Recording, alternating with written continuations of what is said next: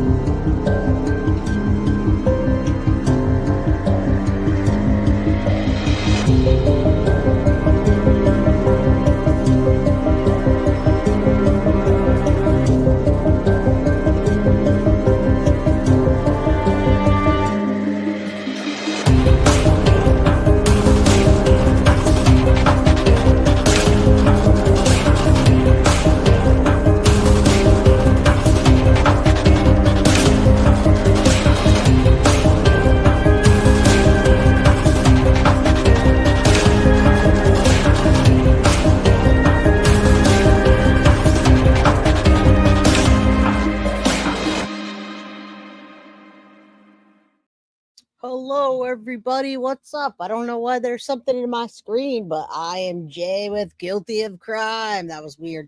Hello, everybody. Happy Tuesday. What's up, guys? Man, we just did the Madeline Soto case last week. It was all week long, and I was like, there's going to be nothing to cover. What can you possibly cover when you have covered a full week?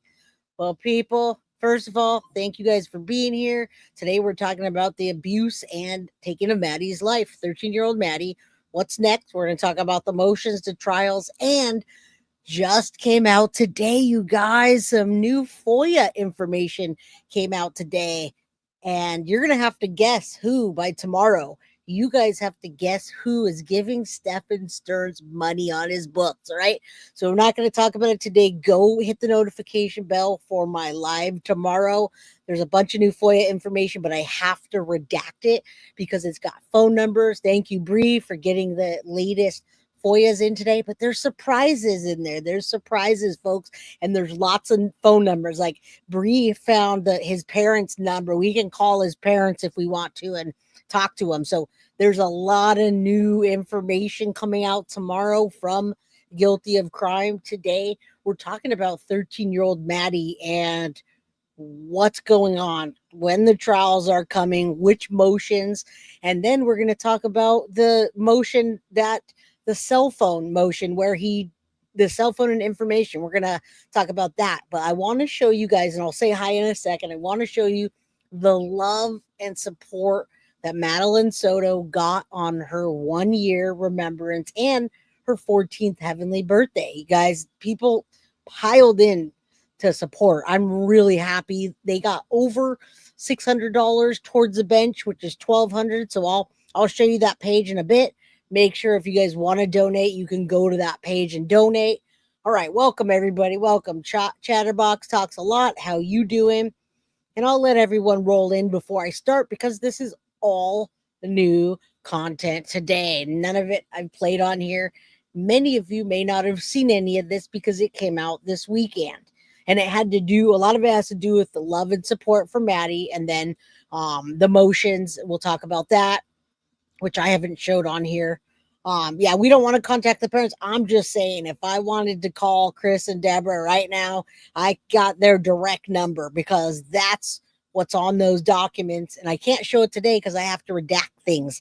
Otherwise, I'll get myself in trouble. So I got to go black things out so that I can show you guys what we have. Welcome, Alyssa. You made a live. You guys, this is the first time I said it today. Hit the like button, subscribe if you haven't, and get a membership if you can. Again, welcome everybody. Good to see you guys. Yesterday we covered Sebastian. We're coming up on the 1-year mark that he's been missing, and then that Maddie went missing, which will be tomorrow. So hello everybody. If there's any new members, drop your comment in chat. Let me know you're new, and I'll give you a shout out. I am me. Thank you for being a member for 1 month. Hey Jay, Mods, and Crime Crew. Yes, welcome. What's up, Avis? How you doing? How Rosie, Sweetie, Synth always changes her name, so it's hard for me to tell. who's who. And then welcome all the mods. I want to tell you that Petty is no longer a mod on Guilty of Crime. She will be popping in and out when she feels like it, but she's got a lot of personal things to take care of. And so we're very much friends with Petty and Wolfpack. And every once in a while, they might drop in with a wrench. But right now, we've got Carly, we've got Bree, we've got Synth, and we've got Foxy Amazon as well as JoJo. Also, we just hit 111, so say a prayer for Maddie, you guys. And let's hope that we get complete and utter justice by hashtag arrest Jen Soto. All right. What's up? Marie Joy, Pink Stars, Kelly, Elizabeth's been a member for 4 months. That's awesome. Rosie's getting that train started. We'll get that started by playing a video and me showing you what the community outreach was like and then the different perspectives of the gathering for Maddie. So you guys can see everything that happened. You can see the love that they, that the outpour and the outcry and a different perspective because this was the news station that actually was able to gather this. All right. So everyone has like a different angle or something like that. Lou G says, "What's up, tater haters?" Choo choo. Baby D, what's up? Thank you. Thank you for loving the channel and supporting us. All right, let's take a look at as the community supports. This is Fox 35 Orlando and community gathers for Maddie Soto's remembrance. Let's see what footage they got. This is the first time I've watched this. The lady sent it to me. Here we go. Tonight with the memorial for Maddie Soto. She died nearly 1 year ago. Prosecutors say she was murdered by the same man who abused her. Good evening, and thank you for joining us tonight. I'm Manny Martinez.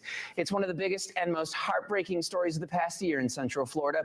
Then 13-year-old Maddie Soto was reported missing February 26th. Her body was found days later in woods near St. Cloud. The investigation led to the arrest of Yeah, this is great, you guys. It picked up on 4 different news stations. I got 6, Wesh, Fox 35, the local St. Cloud. It literally is, this is a worldwide case now. It's not just nationwide, but it's all over the world that people know about this. And I definitely believe that it's the next Casey Anthony type of case. But we do hope that Jen Soto gets arrested. We really do.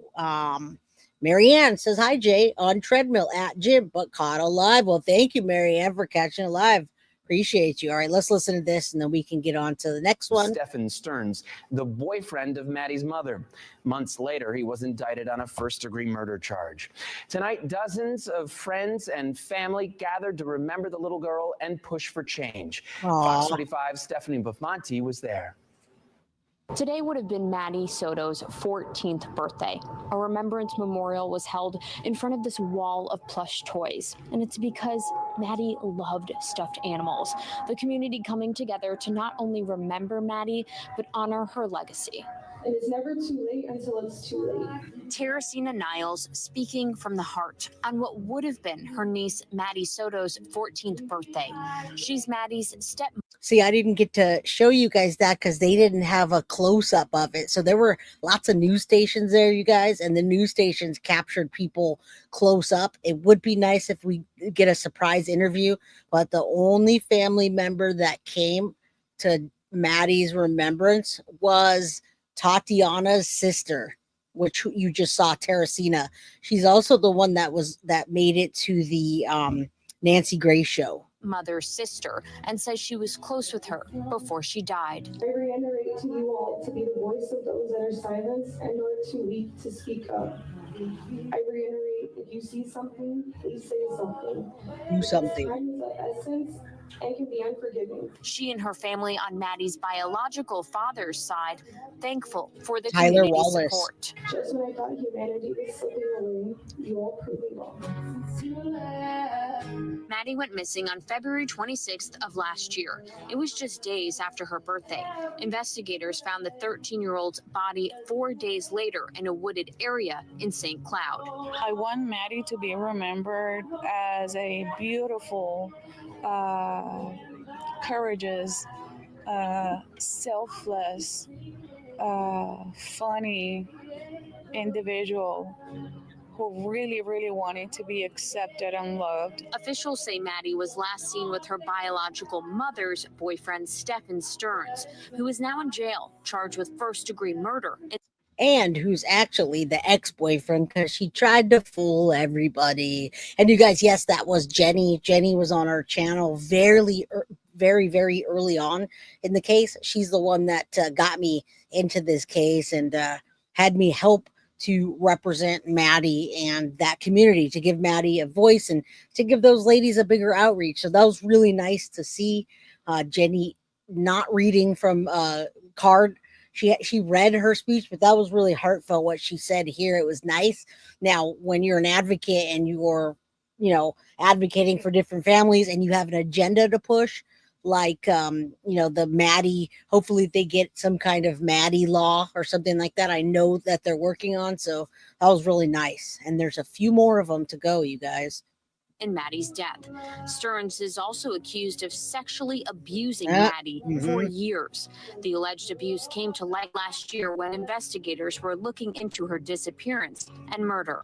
The St. Cloud police chief was at the Remembrance Memorial to speak on behalf of the city and mayor. Maddie's story serves as an unfortunate reminder that abuse and violence against children may come from the hands that are entrusted with loving them the most. Jenny Esquivel is the community advocate, now looking to make changes this legislative session to honor the teen's memory. The legacy that she left for us to carry has to do with righting the wrongs that contributed not only to her loss, but to the loss of those children out there being placed in harm's way at a continuum.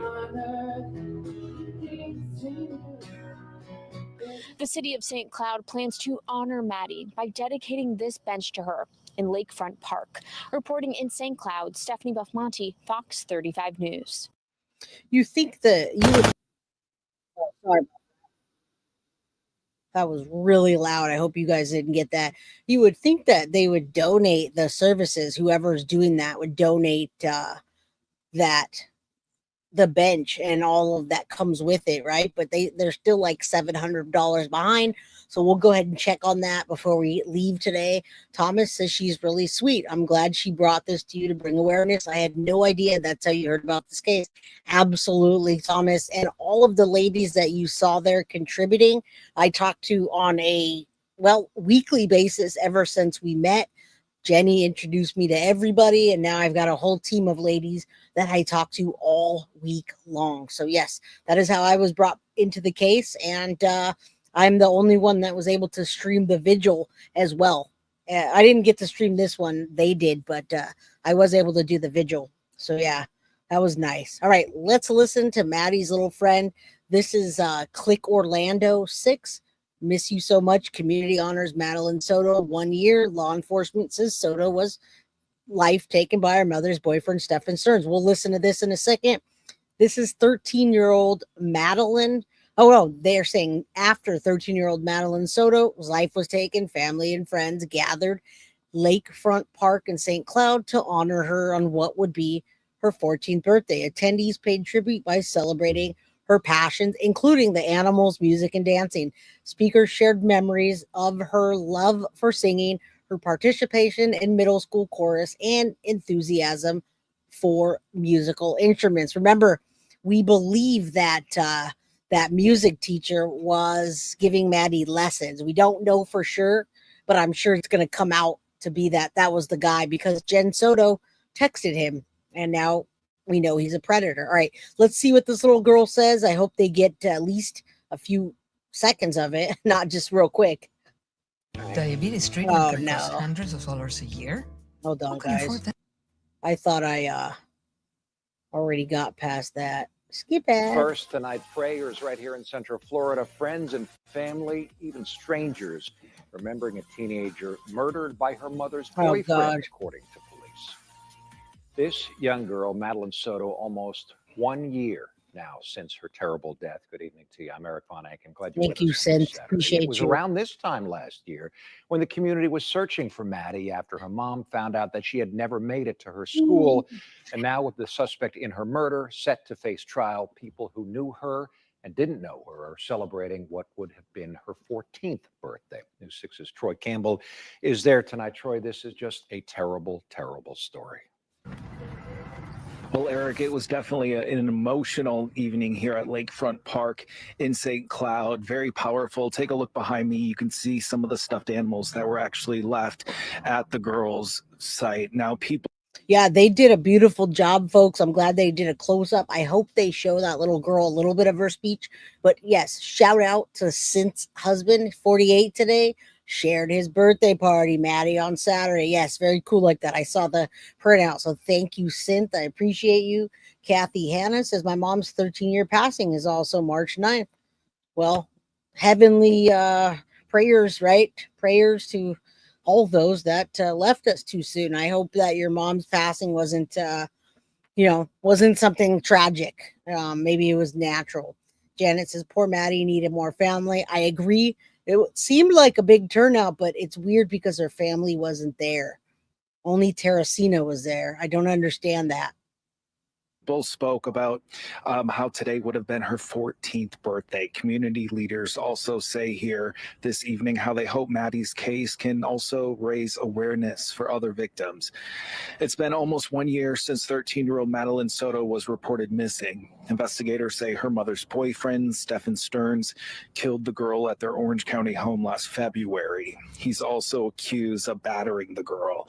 Now, this evidence, this evening, we heard how she loved music, dance, and animals, and we even got a reading of a poem. Take a listen. Oh, there it is. You were kind. So you were cute. everything I liked. I couldn't be sad around you, even if I tried.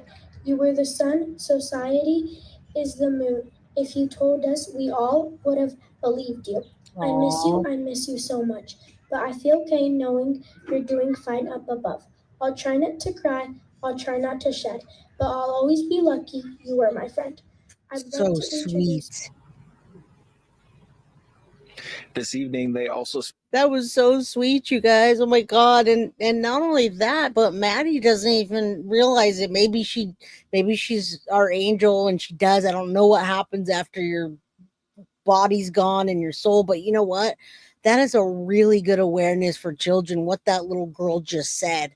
That little girl breaks my heart that she said that, but it's so good for those children to know that if one of them is getting abused like Maddie was, that they can go to the other kids and they understand, they know about it, it's open. So if anything comes out of this is that they're opening a door for other children if that happens. My goodness, right, Ashton Lee? My God, so cute. And just the fact those were powerful words coming from that little girl, you guys, right? Such powerful words to say, we would have believed you had you told us. You're in a better place. But I mean, now it opens the door. And that's just, yeah, Kelly, man. Oh, God. Spoke about plans to create a bench here at Lakefront Park in Maddie's honor. Stearns' trial is set to begin in May. Live in St. Cloud. I love that.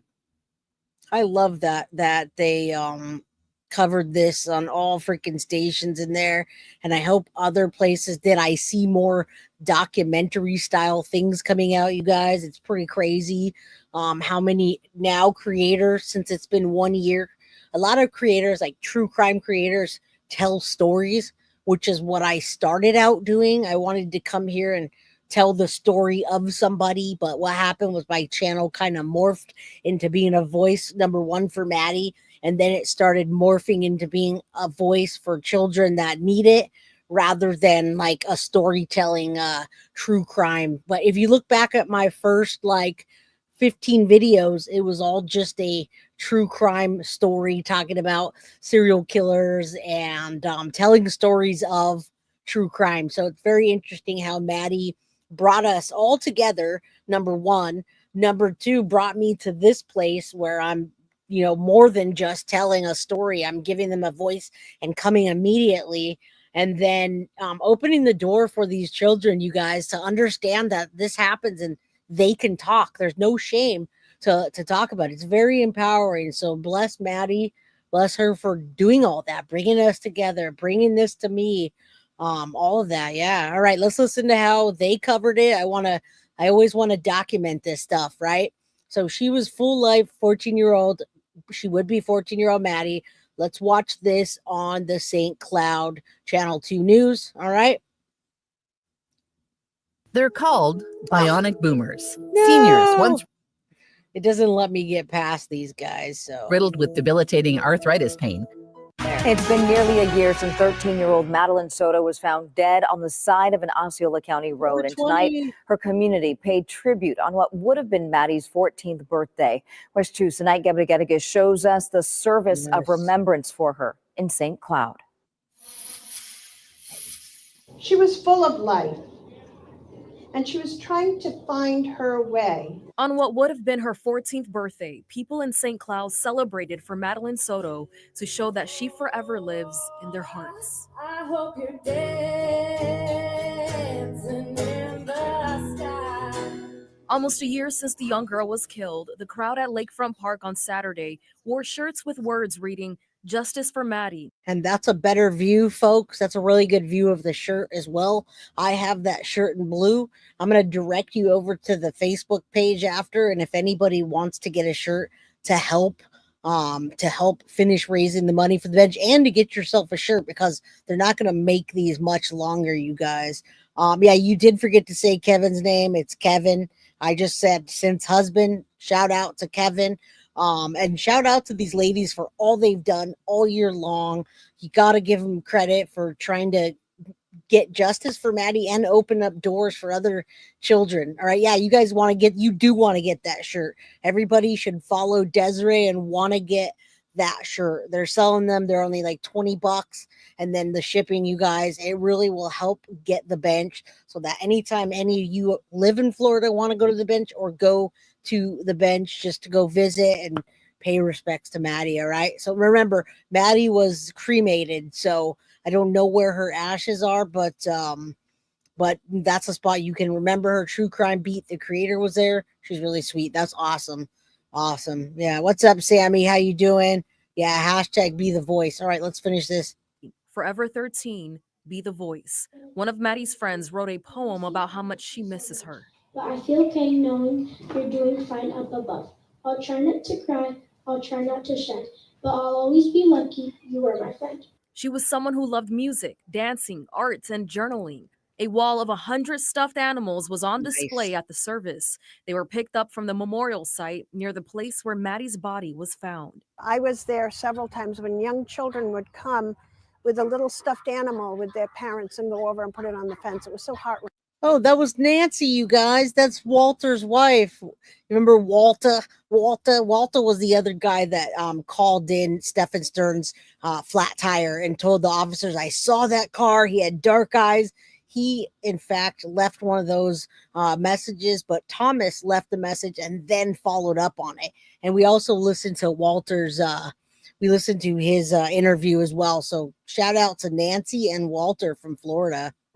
The community in St. Cloud says the tragic case of Madeline Soto serves as a reminder that they need to work together to better protect young children. They How split many them. times, if ever, those who noticed Maddie's odd behaviors reported her? I think that parents need more support right from the beginning, because this is happening to children younger and younger and younger. The St. Cloud police chief says everyone has been heartbroken by this. He shared a letter from the mayor. The children in our community shall forever feel unconditional support, and their voices will always be heard.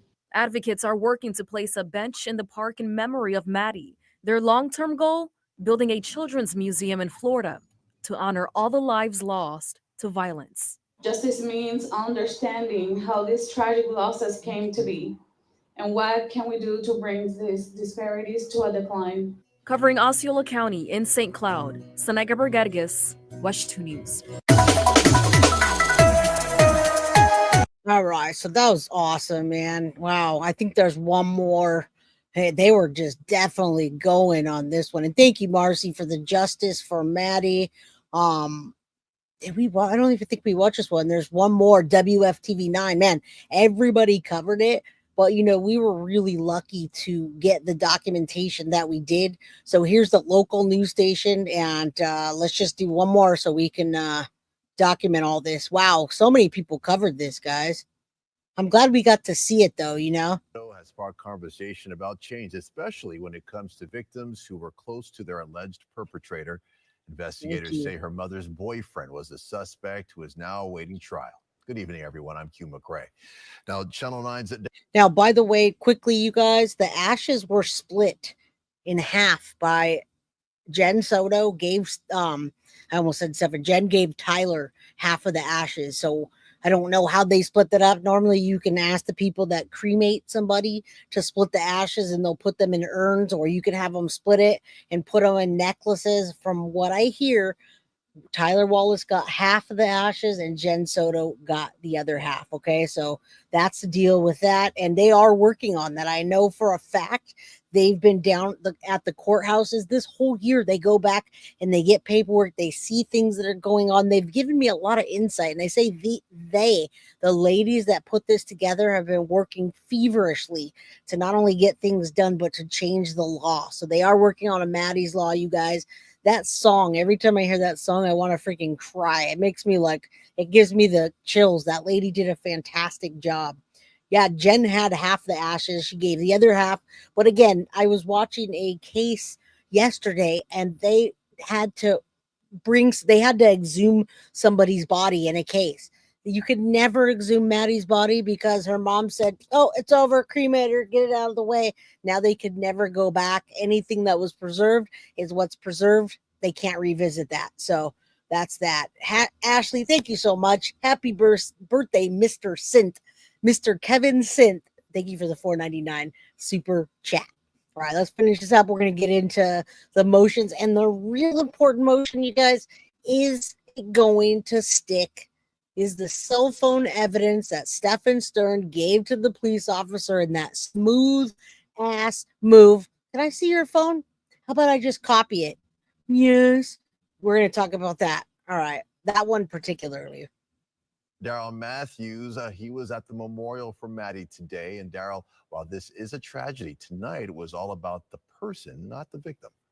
It really was, Q. The tragedy of Maddie's passing at the hands of her mother's boyfriend, Stephen Stern, still lingers. But today was more than sorrow. It was about honoring her spirit, the love she inspired, and the promise to seek justice in her name. She was a living, breathing child. She had her personality. She had her friends. She had her life. Words of reflection in the form of poems. Yeah, it's so awesome. Everybody took their chance at this, or they took their turn at getting this on the news station, and everybody documented it, which is what I'm doing now. Of course, they did an autopsy and toxicology, but like I said, I just watched a case yesterday, and it wasn't an old case. They went back and they did a trial, and they had to exhume the body because they missed something the first time around, and they needed it. Yeah, I just restarted my computer, so it might lag a little bit, but yeah, I can't do anything about that, guys. Maybe you guys should maybe refresh your page. Sharon Keto, big shout out. Let us know the truthful facts. We love you. Thank you. I appreciate that. Yeah, refresh your page. And thank you, Synth, for the one guilty of crime membership. Happy birthday, Kevin. All right, let's finish this up. And heartfelt music, uniting the St. Cloud community on a day Madeline Soto would have celebrated her 14th birthday. Agreed. She will never be forgotten. Her legacy is taking form through love, care, and protection of children. Saturday, community advocates surrounding the legacy of little Maddie Soto hosted a remembrance ceremony at Lakefront Park in St. Cloud for the community to remember the life of a teen they say was taken too soon and had much more to live for. It feels surreal. The ceremony centered around a makeshift memorial of stuffed animals from people far and wide as a token of love. All right, if you guys just walked in here right now, this is like the 5th news station. So, Marcy, this one's local. Channel 2 is local, but you also got Fox, which is Florida, the bigger stations. I literally did 5 different, I played 5 different stations. So, yeah, maybe go back and rewatch it. Some are local, some are, I mean, they cover Florida, but yeah, there's really local and then like statewide, and then there's nationwide, which I'm sure we find if we dug further. But the ladies sent this over, and I do appreciate that. I'm going to put this up for a minute while we're finishing this. You guys want to support Maddie and Remembrance Locks of for Maddie? It's like the Locks of Love. You can send dollar store locks over with the key if you don't have the money, or you can reach out and I'll tell you how after this. All right.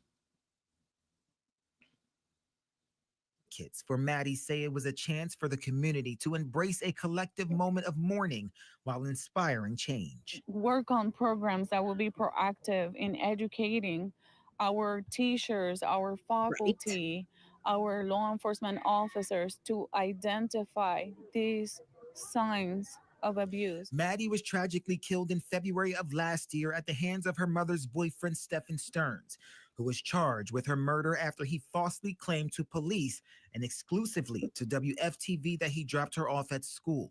There it is. Investigators say she never made it to the front doors. Her body was discovered days later in a wooded area in St. Cloud.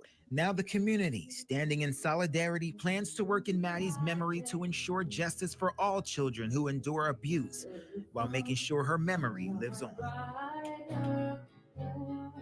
Now, as far as I'm concerned, you're absolutely right, proud American. However, in just a few days of the community hearing Maddie's passing, they donated over $16,000 to Jen Soto and her family. And then the local burial place donated it. So had she wanted a plot and a casket and the funeral home, they would have given it to her. Instead, they donated the services to get cremated. They spent the rest of the $16,000. So yes, in fact, those things are expensive, but the community was willing to pay for them. All right. Through donations and through, well, donations, money and other donations. So yeah, there's that. And they chose not to take them. And when a crime happens like that, you should not just cremate a body right away. That's like a telltale sign that something is up. Just saying. All right.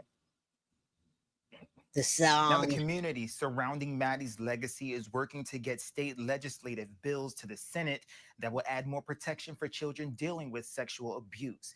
And with the help of St. Cloud's mayor and donations, they are planning for a bench in her honor that will be erected at Lakefront Park. We're live in the studio. Darren Matthews, Channel 9, Eyewitness News. All right. So that was really cool that we got to see all the documentation. I'm going to jump over to Maddie's Justice for Maddie page so I can show you guys to go subscribe over there. Not subscribe, but it's more like join the page, see if they'll let you in.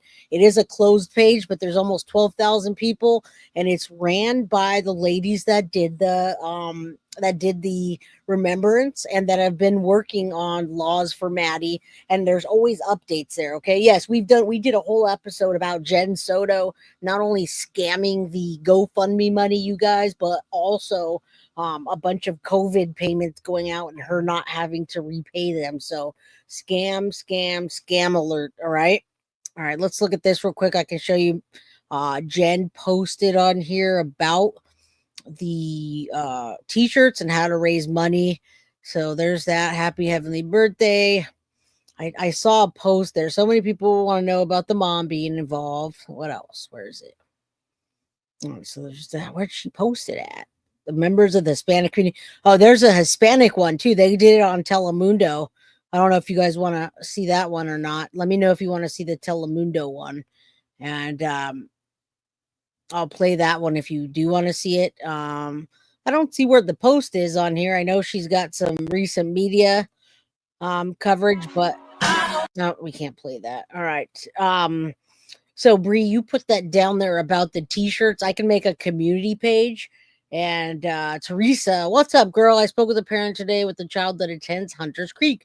I asked if there's anything for Maddie's remembrance, and they said only a ribbon. Very sad. Yes. Very sad. Hello, Teresa. I hope you're feeling better today. After this weekend, lots going on. Yeah, a lot of people want to watch that too, even if they don't speak Spanish. So let me I'll put that on. We definitely want to document it for sure. Okay, so here's the members for this Hispanic community.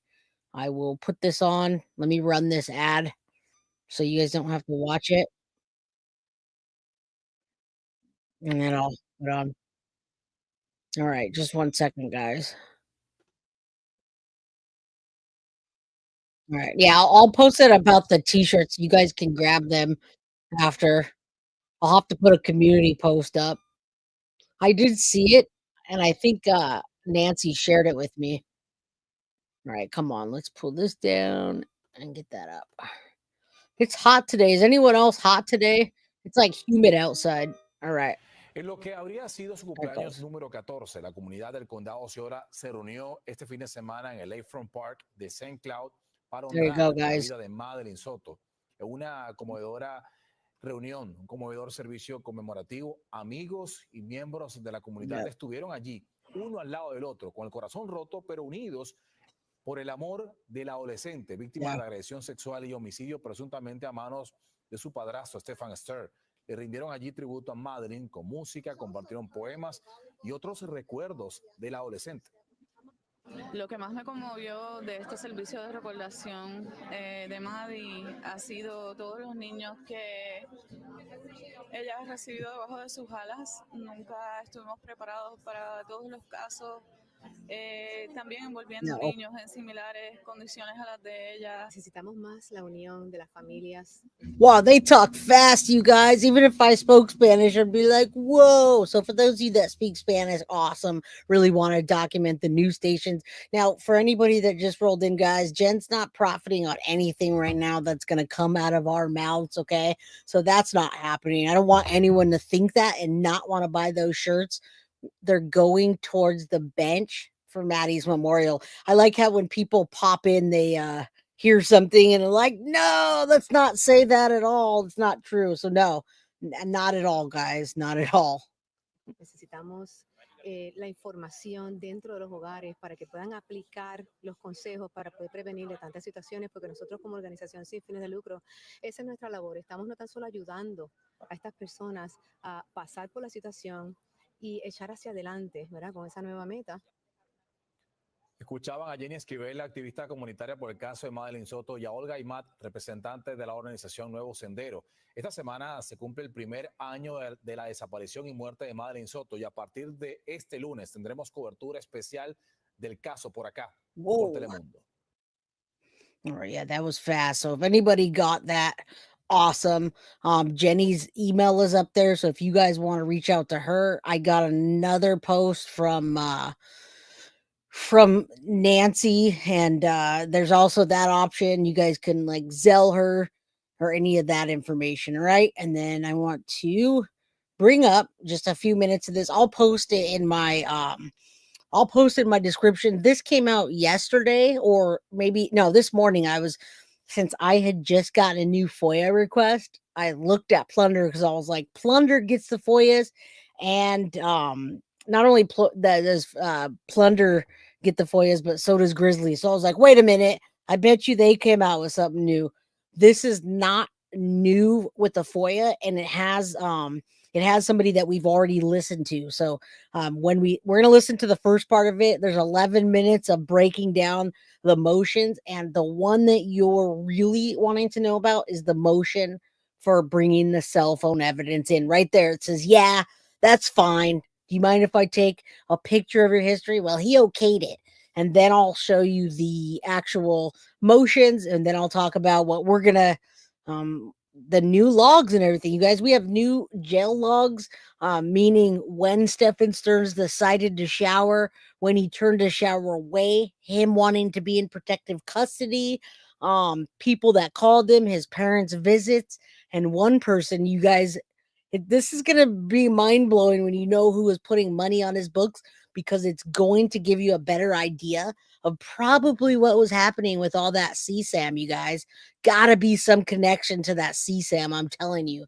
So let's listen to this so you guys can stop worrying about the cell phone and if that's going to come in. Thanks, Plunder, for saying this. So we'll listen to the first 11 minutes, and then I'll remind you that we played this next audio on our channel like months ago. So do you want to just take a picture of your history? Yeah, that's fine. Okay, Stephen Stearns' lawyers are really trying to pull a fast one. Yes, his defense attorneys are trying to pull the wool over our eyes. So I really wanted to make this video right now. I want the prosecuting attorneys and Judge Keith Karstein to see exactly what the defense attorneys are attempting. Now, there's a new court hearing. Thanks to the docket on YouTube, I learned about this new court hearing, a motions hearing in the CSAM case against Stephen Stearns. It's scheduled for March 20th, 2025. Now, as of this recording, the only thing we know they're going to address for sure is this motion to basically throw the media out of all pretrial hearings. But eventually they will have to address the motions where Stephen's attorneys want all of the nasty stuff discovered on his phone and in his Google account, that drive labeled Madeline. They want all of that thrown out too. So perhaps all of these issues will be addressed in this motions hearing or a different hearing. Of course, Stephen Stearns' defense attorneys are trying to get everything thrown out, all the nasty stuff found on his phone, in his Google account, all related to his quote-unquote stepdaughter, really his girlfriend's daughter, Madeline Soto. She would have turned 14 recently, and there was a lovely memorial for her. But imagine what his attorneys are trying to do. Now, it all hinges around this really critical interview. For her friends, she's known to do that.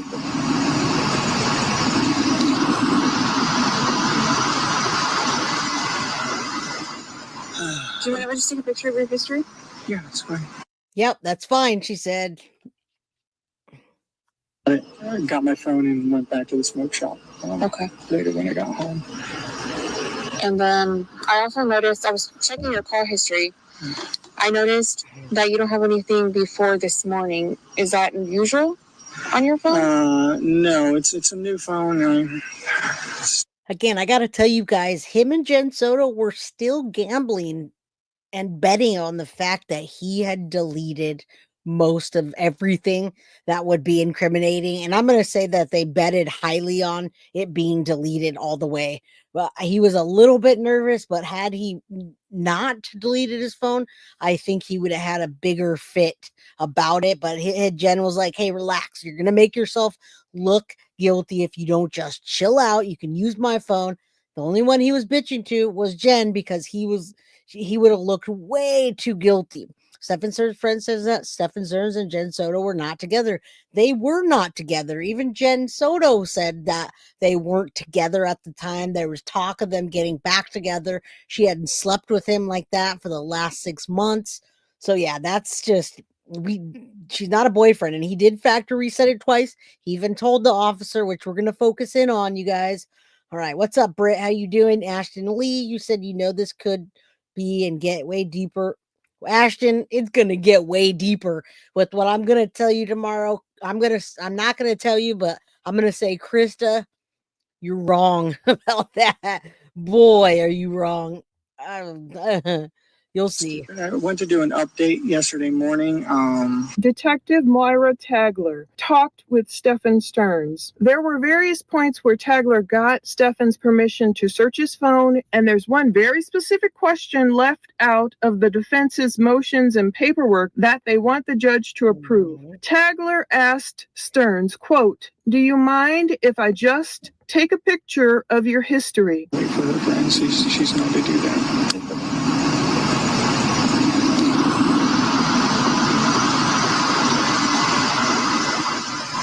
Do you want to just take a picture of your history?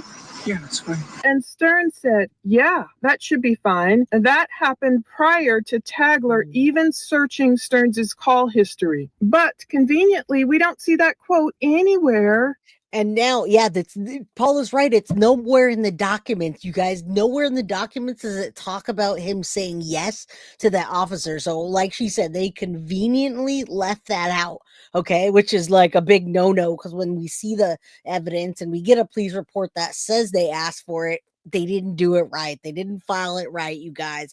And I'm going to tell you, if you catch an email or you catch a photo or you catch something before it uploads to the cloud, yes, you can delete it. All right. So if I was to go do all this stuff right now that was bad, and then I knew I needed to delete it, and then I deleted it, but it never made it to the cloud, and then I deleted it from the trash, then absolutely you can delete it. And I think that we did miss some things. I guarantee you we missed some things from that morning that probably got deleted by Jen and Steph, when they were chit-chatting, that did not make it to the cloud. All right, let's keep going. In these motions that Stephen Stearns' attorneys are attempting to get the judge to approve. They want him to suppress everything, fruit of the poisonous tree. Everything is bad, everything is wrong. But I'm going to show you right here in the paperwork, and I'm going to record my screen as I do it, so I can show you exactly what his lawyers left in and what they left out. Now, if we search in this motion to suppress evidence obtained from unlawful searches of cell phone, we will see 9 instances of his lawyers mentioning history. Now, of course, they want to suppress all data obtained during the initial unauthorized search, they call it, that exceeded the scope of Mr. Stearns' limited consent, including but not limited to all these things, including browsing history. We can go a little farther. Stearns' lawyers mention that during subsequent questioning, the detectives revealed their unauthorized intrusion by confronting. Yeah, now we're not going to listen to this, Prof. A. Frere, because we played this interview, and I can't remember the name. I remembered it when she said it, but we got all of these interviews, and we played this like months ago, and it was definitely somebody that seemed to be on Stefan's side a little bit. I'm not sure, but thanks for nailing that about the ADHD meds. Absolutely, that was happening. I'm sure it was a lot more than that as well. All right. Mr. Stearns with specific details about his movements and activities with information that could only have been obtained from searching his Google Maps location history on his cell phone. Now, notice they don't mention anywhere. Do you want to just take a picture of your history? Yeah, that's fine. Notice they don't mention Detective Tagler asking Stearns if she could initially take a picture of his history. Do you want to just take a picture of your history? Yeah, that's fine. She doesn't specifically say call history, Google Maps history. She just says history. So in my mind, that gives her carte blanche to take a photo to research his history, because Stearns specifically said, yeah, that's fine. We heard him say it. Do you want to just take a picture of your history? Yeah, that's fine. But in these motions, it says Detective Tagler specifically stated, I was checking your call history. I noticed that you don't have anything before this morning. Is that unusual on your phone? It's really interesting that Stearns' attorneys do not specify, if they're being so detailed here, they don't specify that this question came after. Now, remember, they do have tools, absolutely, guys, but they don't have all the tools to capture everything. If it's not uploaded, and I guarantee you there's things that he uploaded to that Telegram site that they did not ever retrieve. I'm going to tell you that right now. Every single thing that goes into the phone, that's not necessarily going to get it, and that's what they were banking on. But when you have 35,000 pictures and 1,700 pictures and 1,500, yeah, it's gonna be in the cloud and it's gonna back up, and that was their bad. But yeah, FBI doesn't have the tools to get everything. If I texted someone right now and then deleted it right away and then delete it from the folder, it's probably not going to make it into that. Now, I'm not saying it's not going to make it into the phone bill, right? It's not going to make it into Verizon where it says someone had a call for 2 minutes. It's going to show up there. It's just not going to show what it is. All right. Yeah, no, I did the interview with Frank. I had that on here. I didn't do it. I played it on here. All right. Detective Tagler specifically asking, do you mind if I just take a picture of your history? And Stearns said, yeah, that should be fine. We don't see that anywhere mentioned in this motion. They talk about Detective Tagler immediately conducting a broad search far beyond some limited authorization. But they never mention in here. Do you want to just take a picture of your history? Yeah, that's fine.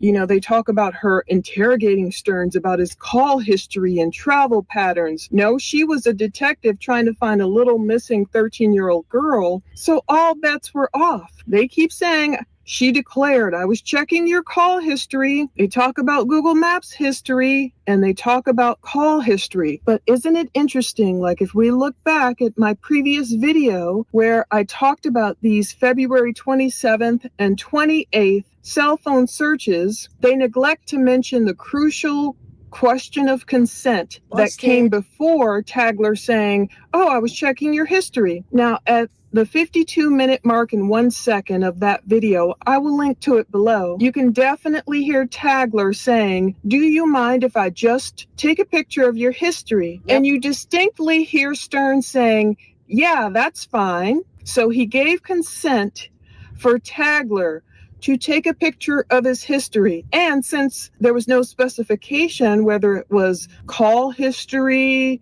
Google Maps history, that is a blanket consent for Stearns to have his history not only searched, but...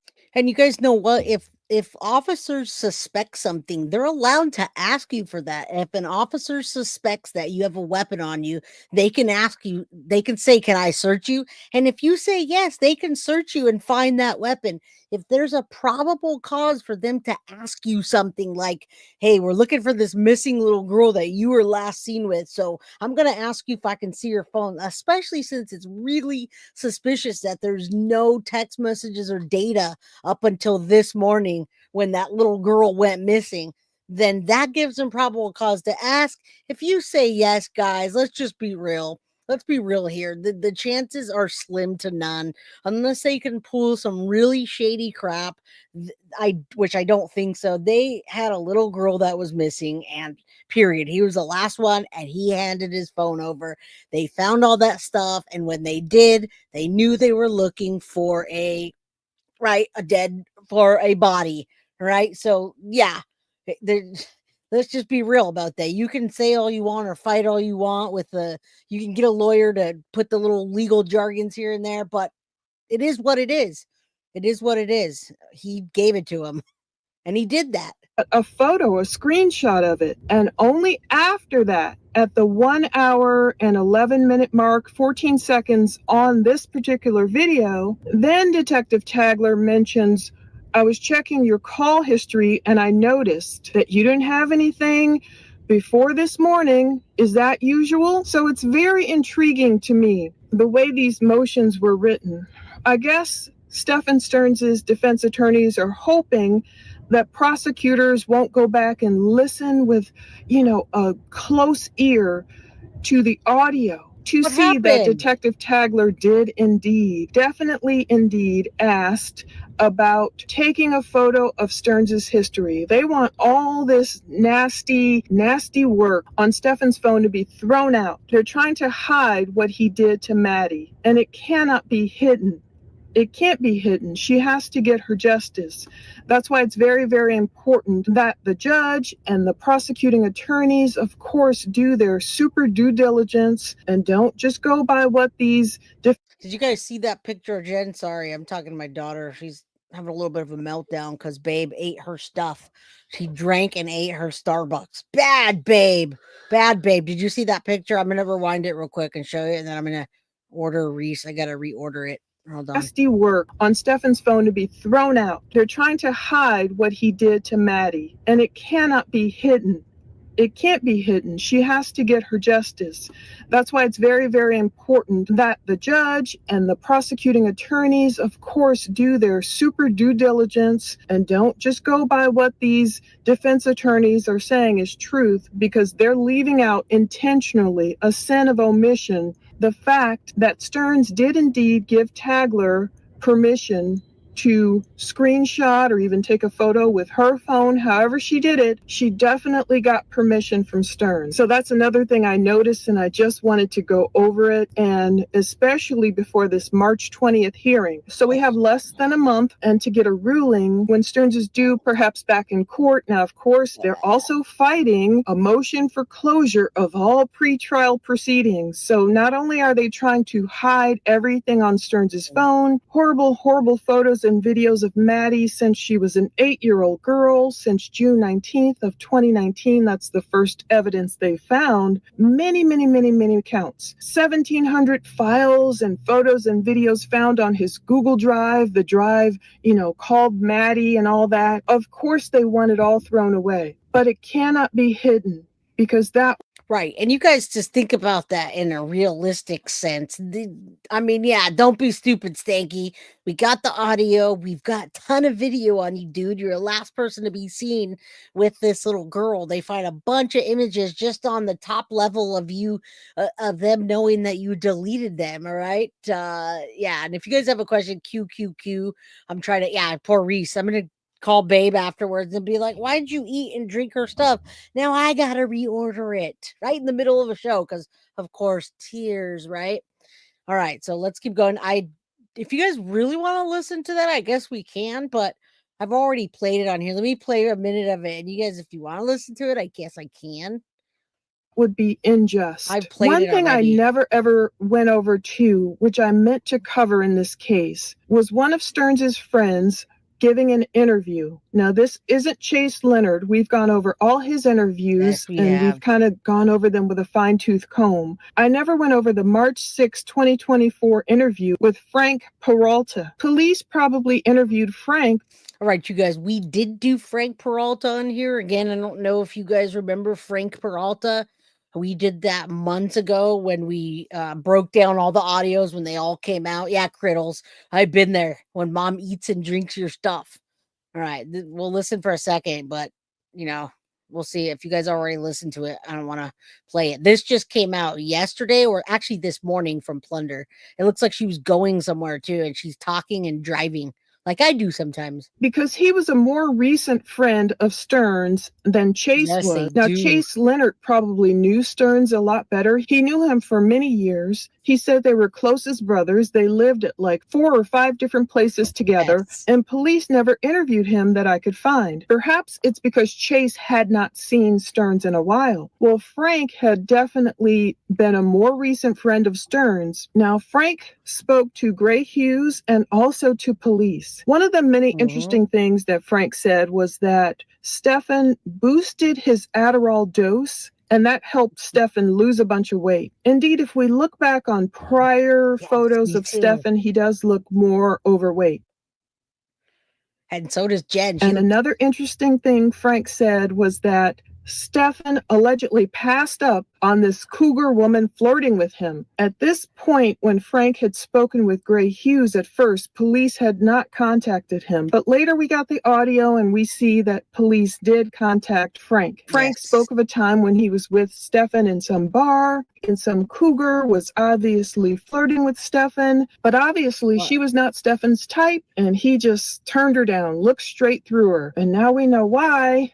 I really truly think that many of Stefan's friends actually were people that were into the CSAM stuff and wink wink with each other. I'm going to tell you that now that I saw who's sending him stuff, and then the more it comes out, knowing that the Santa place was right there, that whole pet pedo ring that they had going on, and Stefan telling his parents to contact certain friends to get rid of his toys. I really do think that he definitely has friends, and I'm not going to call them friends, but that's how pedos move, you guys.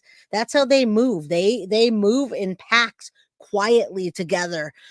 Back in the 80s, you guys, I'm going to tell you right now, back in the 80s when they didn't have social media and they only had fax messaging and freaking mail, that's what they did. They'd make color catalogs of children, boys, and they'd make these catalogs for this whole pedo ring, you guys, and they'd mail catalogs to certain people that would have this language in it where they understood what was going on. So this is way before social media. They would put out whole catalogs about their special island to rehabilitate boys.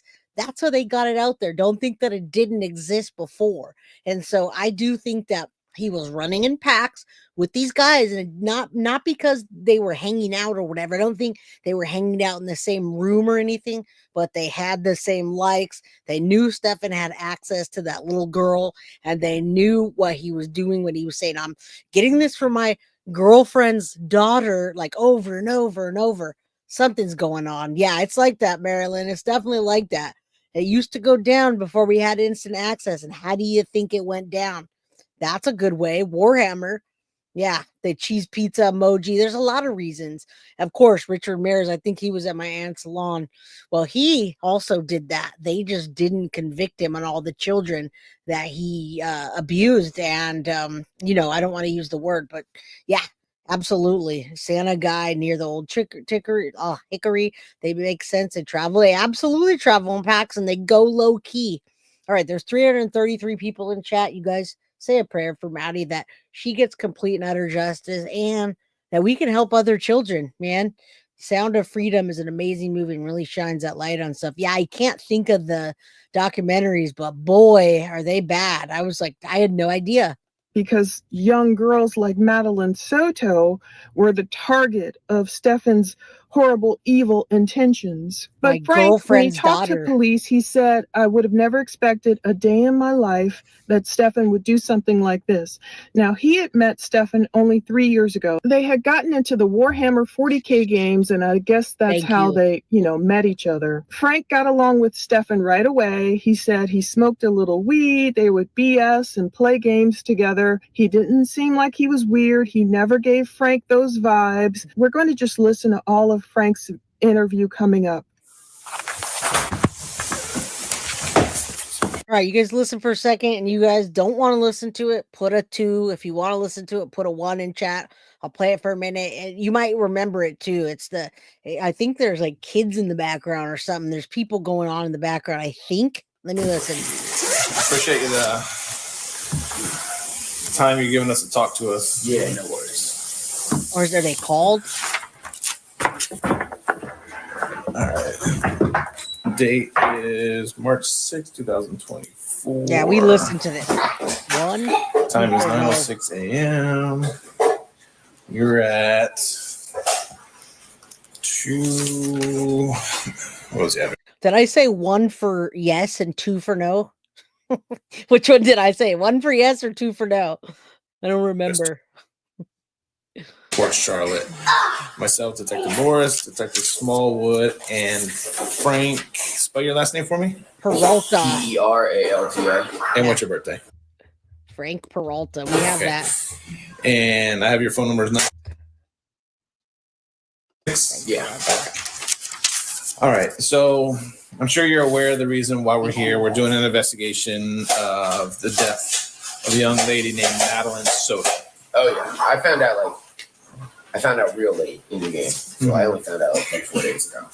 Gotcha. I was just sitting in the back smoking a cigarette, going through Google News, and then all of a sudden that popped up. Mm-hmm. Like, holy shit. I would have never expected a day in my life to do something like that. Right. Yeah, he does have kids in the background. People were speculating and saying that I wonder if he let him have access to his kids. It looks like you guys want to listen to it.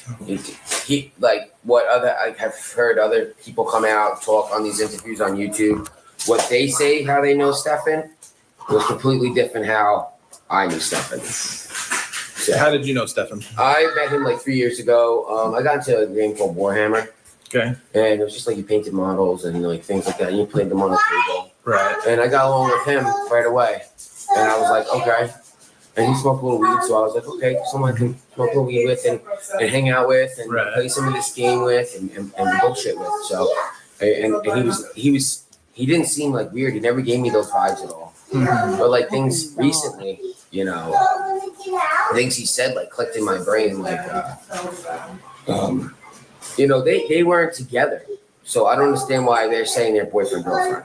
Mm-hmm. They weren't in a relationship. He moved back here because they had broken up. When did he move back here? He moved back here like 4 months ago. He wasn't living there. So he went there to visit for something. Like even before they were together, he would go there periodically. This has to be he moved there 2 years ago, so that would be 2022. So 2021 he would go there like once a month, twice a month. He would go up there and go visit Jenny. When's the last time you saw him down here? I actually hung out with him. When did this happen? What date? Like beginning of last week. So I guess maybe a weekend or two. Oh, it's interesting. He's the only one that said that to anybody, you guys. He's the only one that said they weren't even together. That's weird that they were bringing that vibe to everybody that, oh, this is my boyfriend. This is Maddie's stepdad. He just said that, guys. All right, let's keep going. Before he came out with us, I introduced him to two friends. We went to Dean's downtown to Punta Gorda, hung out, everything was cool. Even my two friends liked him. So that was the last time I seen him. And then I was wondering why I haven't heard from him, because usually he would come here or hang out. Did he talk about Jen or? Yeah, he talked about Jen decently, yeah. But he talked about that. He was talking about that girl more recently, like towards this happening. So it's like he was more upset that because they created such a strong bond. Now I know what that strong bond meant. So he would talk more about Jen's daughter. What was he? All right, just quick, guys. When we're listening to these, I won't be able to answer questions about this, just random, but I'll answer this real quick. And don't forget, you guys, hit the like button, subscribe if you haven't, get a membership if you can. And this channel is fan funded. So if you have the means to super chat, super sticker, Cash App, Venmo, or PayPal, please do. Question, Jen, could Jen be receiving immunity to testify against? I don't think she's going to be receiving immunity to testify against other people. And who else would she be testifying against? I don't think so. But she will be given some sort of immunity when testifying, like Wendy Adelson.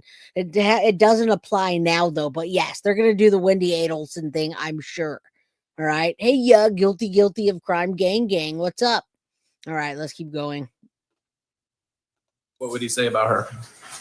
Nothing. Just like he felt bad for her and they supposedly still had contact in between of them, like him not living there anymore. Gotcha. And supposedly when he lived there 2 years ago, because I kept contact with Stefan, he had visited one time. They were broken up within like the first 6 months of him living there. So he was living at the house with them when they were not in a relationship.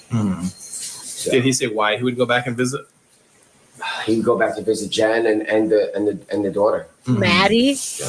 How would he refer to Jen's daughter?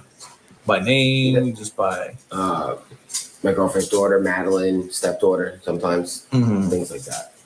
And how did he describe his relationship with her? It was a strong bond. They had a strong bond. Okay. How did he describe his relationship with Jen? Didn't really describe the relationship they ever had. Honestly, I know you guys just heard that, and this is the trend of their relationship. He didn't describe their relationship with Jen, not often. I mean, it took him a while to get with her. It was always my daughter's girlfriend. It was always about Maddie, you guys. And yeah, he does say his stepdaughter once in a while, but it's always about Maddie. It's always been about Maddie. So I don't know how people didn't see that. I mean, this guy called it right out, right? Yeah, I can't wait for tomorrow too. I do got to redact stuff, so I can't just jump into the pool without changing my clothes, so to speak. I'm not going to get myself in trouble by putting numbers out there, so got to make sure I redact things. But yeah, tomorrow I'm gonna definitely do that. And the real Gemini says I'm a light giver and visionary. Awesome, good to have you here. Good to have you. No, she's not parking, she's not driving, but she's in a car. She's doing something. Yeah, in a car. They were just a couple. Gotcha. Where was he living when he was down here? Parents. With his parents' house? Yeah, I've only been there one time. We weren't really allowed there. Why not? I don't know. His mom bred poodles, so the house is packed with dogs. Right. And I only been there one time, and his room was a disaster. Like it was like unkept. I was like, whoa. Is that the type of person he is? Is he kind of like a messy person, or? He didn't seem like that to me, because all those Warhammer things, that was like complete organization. So for the room to be like that was like a throw off. Like, well, why is it like there's soda cans and candy everywhere? It's like, I know he took Adderall, so he was up all times of the hours. He wouldn't wake up every day until like 4:30, 5 o'clock, maybe 5:30 every single day, which is always weird to me because dude's almost 40, doesn't work, but has money to buy all these expensive Warhammer things. Do you know where he gets his money from? That I don't know. I always wondered where the heck he gets. I thought he was maybe good at saving money, but how could someone save that much money that they have enough money for 3 years? So. Now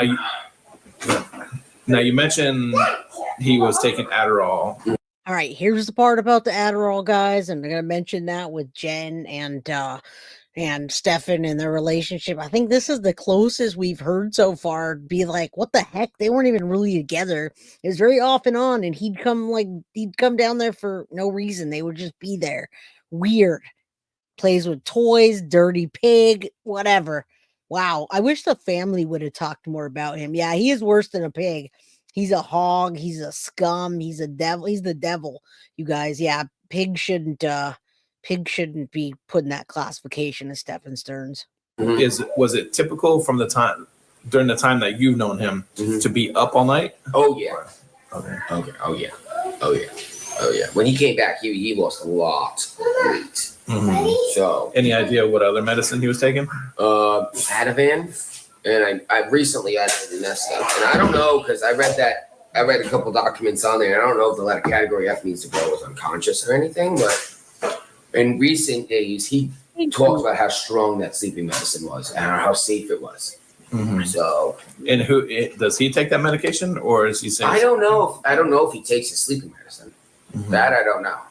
Okay. Yeah, that I don't know. I've never even seen. I know he takes the Adderall. I've never seen him take the Ativan either. But I know he takes the Adderall. I've seen him take that. Got it. Did when he lived down here, when they were split up, did he have a girlfriend or anything like that down here? Was he dating anybody, seeing anybody, or no? What question again? So what is this Warhammer? We've heard this a couple of different times. I understand it's some type of game. Yeah, it's a game. And everyone keeps saying it's expensive. It's real expensive. What is it? I got out of it because of how expensive it is. Okay, explain to us what. Damn, it is. dude. I mean, dude, it cost me a couple $1,000s within. I mean, like.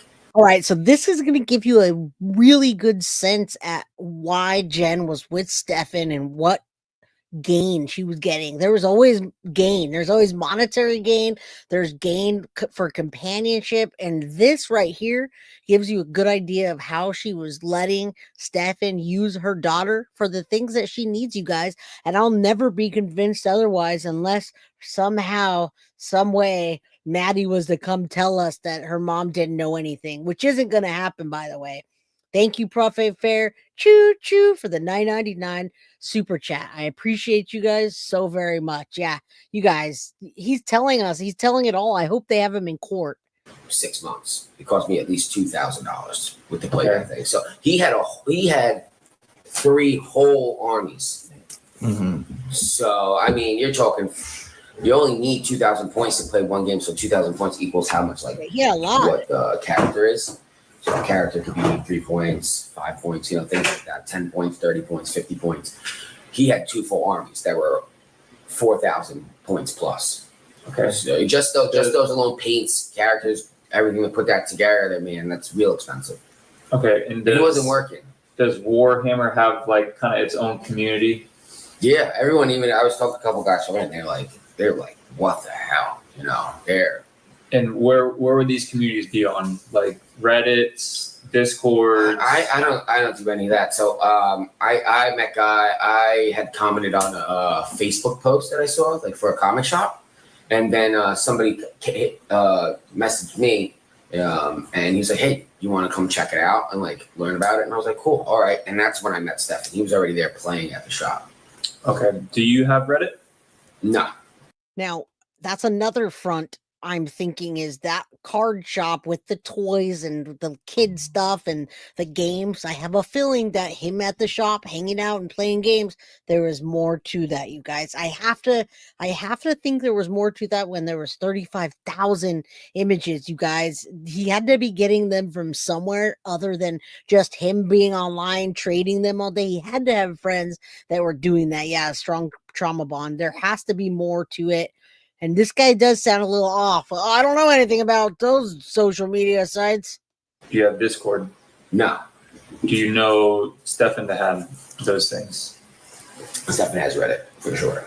Yeah, what makes you say that? He used to always tell me to go on Warhammer, like the Warhammer things, and go check for Reddit and stuff like that in Discords. Okay, explain to us what Discord is. I mean, on Xbox I have it, but it's like you can find people to play like we have used it to find people with Call of Duty, like Warzone. Sorry. Right. So you can like find people that join in the chat with you, depending on how many players. Like you can go to like different chats in like 3P, 4P, so you can get 4 players, 2 players, 2 players, and then someone random would hop in there and say, "Hey, I'm ready. I'll play a game with you." And then okay, cool, and then you start up a match. That's the only instance I know that stuff for. Okay. Do you know anyone that would know if he has a Discord? Oh my goodness. I wonder if why he's asking that though, since they had the phone, you guys. I wonder if he's trying to put people together and figure out if there's like a community, because they know there is. Thank you, Criddles, for the $9.99. Yes, abusing children to play games. Barf. Happy Roof J. Thank you so much. We're almost there. So close to being done with this all. And then I'll walk you guys through when it's done on the members only. Oh my God. Me still thinking about Toblerone and the chocolatey goodness. Oh my goodness. You guys are, fishing. Definitely that. Definitely they do that. Those predators fish. No, I don't know. Because I don't even know any. I only know Stefan. I don't know if Stefan even has any other friends like that. Okay. I didn't know if you had mutual friends from here. No, I mean, I only know the 2 guys. It's the guy who invited me to Warhammer. And the other guy that he's supposedly recently with, I mean, I don't want to say names because I don't know if they want to be like named out or anything like that. I'm bothered. You know, one kid, his mom's like really sick with cancer, so I don't want to get him, you know. But I talked to him recently, and I mean, I was the only one Stefan told for like a really long time that he was even back. So, but why would he keep that secret? I don't know. I always found that weird. Why don't we want to go play Warhammer and see all those guys? Have you ever met Jen? Twice on FaceTime. And what was the context of it? Stefan was just talking to her, and he was here. We were playing Warhammer. Then he just took a break, talked to her, and that was really it. Okay. Journals, do you remember when that was? Oh, that was before he moved there. So he moved there like 2022, around that time. So like, I don't know, maybe within 6 months, 8 to 6 months, 6 to 8 months prior, I guess. And I think I already asked him, but did he tell you what kind of relationship him and Jen had? Was it a good relationship or? I mean, if he was moving there, I guess, because they were doing like long distance and stuff like that. So, again, I guess it was pretty good. I guess. Now, it seems like you're pretty good friends with Stefan. So, did he ever have any kind of sexual conversation with you? Like, hey, this chick's hot or anything like that? Never. No. Never. I'm not talking about just kids. I'm just talking about women. No, that never. Definitely. He said, I'm not talking about kids. Did you hear that, officer? This is sad, but yes. He said, I'm not talking about kids. I don't think Stefan was interested in anybody but children, you guys. He dated that 14-year-old chick when he was like 22 and it creeped people out. But when you're 22 and you're dating someone 14, sometimes you can get away with that, especially if you look a little younger. Like him, he looked kind of like a little troll with his hair short. He tried to have that spiky boy young hair going on, but when you start to get in your 30s and then you look like that over there with the gray beard, it's just creepy to be on the phone all the time with this little girl, constant communication. I just don't understand how nobody caught on to this. Now, I'm not saying Jen is nobody, because Jen, I truly believe Jen knew about this and she let it happen. Not only did she just close her eyes, but more than that, you guys, more than that. All right, let's keep going. Definitely not that, because I would have lost my mind. So he would have never been allowed in this house ever. I don't condone that. Even if he made comments like that about adult females. He didn't at all. That's what I'm saying. Never. When we were at Dean's and older woman, a cougar or whatever, came up and it was 100% hitting on him, and he was single at that time, and I was like, you should go for that, and he showed zero interest. I was like, I was always that threw me off a little bit, but now it doesn't throw me off because of what's transpired. But he didn't talk to you about the relationship him and Jen had? No, they didn't. He just last time I talked to him, I said, how's it going over there? Oh, we broke up. And he was living there still. So that was very weird to me. Like, why would you want to live in a place where you and the person aren't any longer in a romantic relationship for? But now it makes sense why he was staying. Did he ever talk to you? Did he ever tell you why he would go visit Jen? Yeah, to go see Jen and the kid. You know, he was there all the time. He built a relationship with him.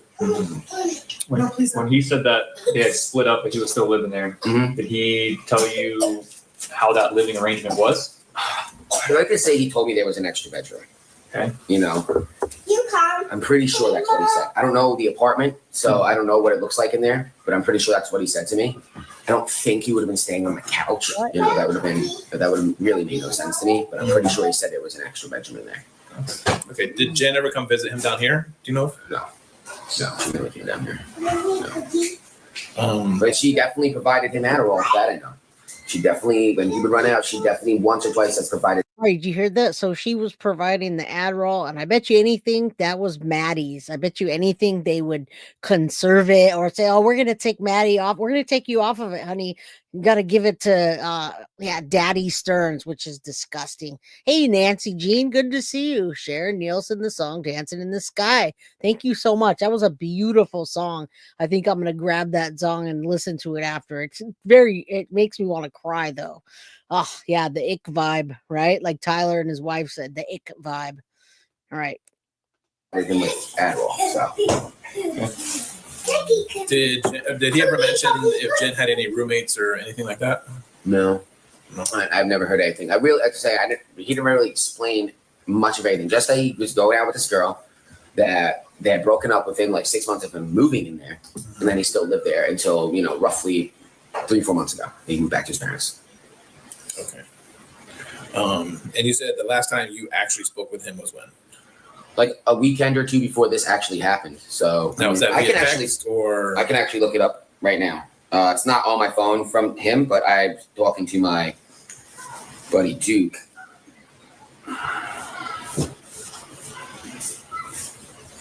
Yeah. It was weird. It's like the first time I've seen Stephanie socialize outside of Yeah. the game. I was like, you know what? Let me see if Steph wants. Like, only thing I know of Steph from socializing is coming to this house and playing some card games and stuff like that, or going to the comic shop. Yeah, it was surprised he went. Yeah. Watch out, okay. Okay. So, what date was February 18th? Was a Sunday, right? I'm pretty sure. Let me check.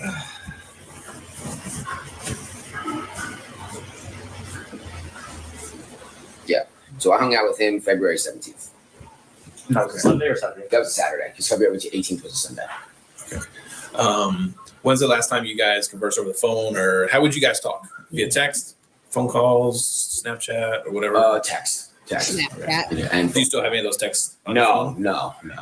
Why not? Well, I kind of. Well, this dude mentioned Adderall because that was probably a big thing in the relationship of Jen and Stefan. And this officer is trying to dig for any information, and that guy used to take it. So he's like, "Oh, it's hard to get off, blah, blah, blah." He is kind of I don't know if he's weird, but something doesn't rub me right with this guy. I don't know why, but at least he's talking to the officers like this and solidifying the relationship that Stefan and Jen had or didn't have, I should say. So weird. I work, so my phone gets tons and tons of texts. I get over 3,000 texts a week. So I can't, but once a week, I delete all my text messages. Because I get so many. So it's hard for me to even flip back things. If I was to flip back things to me and my wife talked about it, would take me a month just to go back a week. Got it. So what do you do for work? I'm an irrigation technician. Oh, okay. Yeah. So you know a little bit about his parents, and they breed poodles. Yeah, I know his dad. You know where they live? Northport. I can't tell you the name of the block. I've literally been there once. Okay, so you have been there. Yeah. Do you know them to own any other properties? No, I don't even, I've heard things on these YouTube things, and, it surprised me a couple things. Like, they're supposedly mom paid someone off or something like that. I never heard these things. Like, nothing about them. I've met them one time. Do you know if they rent anything? No. That's what I'm saying. I don't know anything about them. I've met them. You don't know them to own a storage unit, anything like that? No. I've literally met them one time. I've met the dad. I shook his hand once. And you guys, the dad has been going. We're going to show that tomorrow again. Thank you to Bree for the FOIA. I don't know if it just came back or you put some new information in, but FOIAs will do that. Bree got some FOIAs this morning, and that's the information we're going over tomorrow. His dad is the only one that goes to visit him, you guys. So it's really weird that this other person sending him money and the amounts that he's sending. I just can't. I can't. We'll go over that tomorrow. Yeah, this guy, who deletes their messages every week? I don't know about this guy. I don't know. Right now we want to arrest Jen Soto, though, and I don't want to talk bad about this guy either, because, he might be one of the people that watches our channel and would love to talk. Just like Thomas. We got Thomas here. I'm glad nobody says anything bad. Well, we don't have anything to say about you, Thomas. I've met his mom. I've said hello to her once. And I was in there for maybe 15 minutes and we left because of how loud it was because of the poodles. Okay. For Warhammer, is there like a username and stuff for that? Gamer tag? No, it's just Stefan. Okay. Yeah, your white first name. It's not like anything like that. So Warhammer's not online. It's like a no, it's actual in-person game. Oh, okay. No, that's why when you said Discord or Reddit for it. No, like maybe a Reddit because you can like buy and sell them on Reddit or something like that. It was always, he's always told me to go check that out. But I've never been much of a Reddit user, honestly. I'm trying. I didn't know if it was kind of like a World of Warcraft or something like that. Isn't that online? Yeah, no, it's not like that. No. It's just an actual. You paint this stuff and you're on the table playing as like a mat and it's like things like that. Oh, okay. Yeah. Now I better understand. Yeah. No, this is like an in-person game, just kind of like Magic the Gathering or like a Pokemon cards game, stuff like that. Okay. Yeah. But this is like actual like models that you build to put together and like paint and like that's why it's so expensive. That's why it's so expensive because you buy them in little packs and then you individually paint each one. So you got to buy the paints and all the brushes. Yeah, packs. And those are the things that he chose to do with Maddie, right? Wouldn't you do that stuff or try to do that stuff with your partner, your girlfriend, whatever, whether they liked it or not? He could have sat down with Jen. I don't think that he had really zero. He had a little bit less than zero interest in Jen, but his interest was Maddie and then what Jen can provide him. And then the same thing mutually, what they can provide each other. But nobody really says that they were affectionate towards each other. And when she tells the officers that Maddie was sleeping with him all the time, what kind of boyfriend is that anyway, right? To have your daughter sleeping with you and him being in the middle. It's minimum. And then you would battle somebody? Yeah. On the table. Yeah, and roll dice. Make like choose what like attack you're gonna do and things like Cars that. and stuff like war vehicles and stuff like that. Okay. Just because I'm recording this and yeah. Your name is? Oh, sorry. Brittany. Brittany, what's your last name? At ATZ. Okay. And you guys husband and wife? I mean, we've not been legally. together, not legally, but we've been together for a long time. 10 years Okay. plus. So, what's your date of birth? I don't know, man. They're redacting that, which is good. yeah, the reason I called because I was one of the last person that I'm pretty sure he saw it before this all happened. So, I mean, I can only tell you what. Did he tell you he was going to Kissimmee? He was supposed to go to Kissimmee that weekend that we hung out on the 17th. Why didn't he go? Didn't. So he was like, I don't know, I'll let you know. And I was like, okay. And he's like, all right, I'm not going to go. I'll come hang out. Did he say why? Nope. Nope. But he was talking about that girl that day, how they supposedly still had contact. And why would he bring her up? Like, how would like it was conversation like start? they were talking about the breakup, him and my friend, and then that girl just came up out of it. Like, oh, he was sad that, or like upset because they had created such a strong bond or something like that, So now that seems weird to me. Then it didn't really seem weird to me because it was just like, okay, you were with this person for a while, you lived there, this is a child, So he was telling you, and correct me if I'm wrong, that he was upset that him and Jen broke up because he created such a strong bond me and the person that were here that I had introduced him when we were going to go out. But that was the context of. Oh, I'm so sad I broke up with Jen. Because I have that bond with me and the daughter. Man, that guy was just outright, wasn't he? Stefan was just telling people. That's all he. Did you guys go back a long time ago with when the Reddit post came out and every little Tamagotchi thing? Oh, I got this for my girlfriend's daughter. My girlfriend's daughter.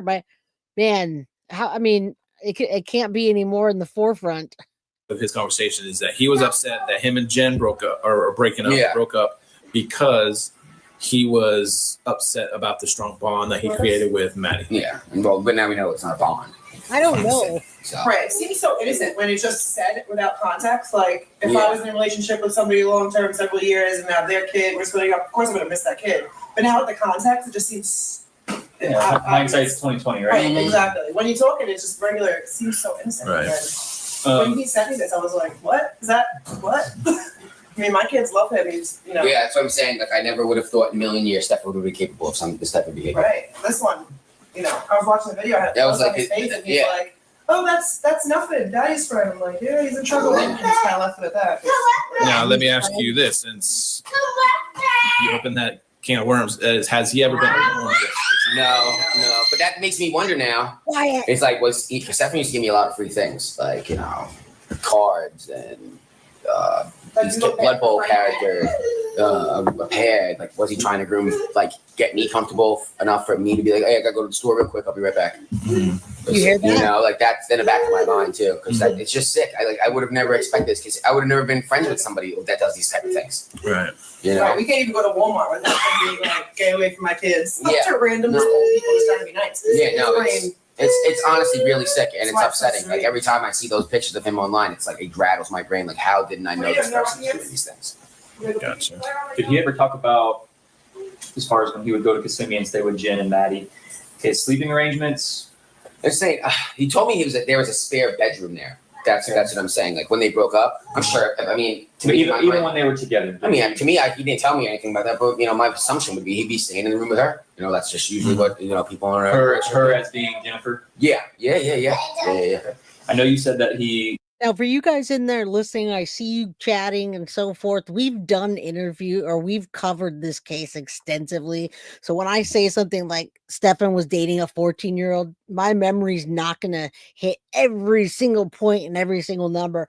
If you want to correct me in chat how old Stefan was, he was absolutely dating a 14-year-old, and he was above the age to go into bars, and his friend thought it was weird. So if you are going to correct me in chat that he wasn't 22, let me know how old he was instead of saying, get your story straight.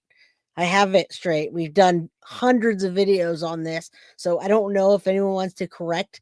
When Stefan Stearns was 14, he was dating a something-year-old, and she was underage and he was above the legal limit.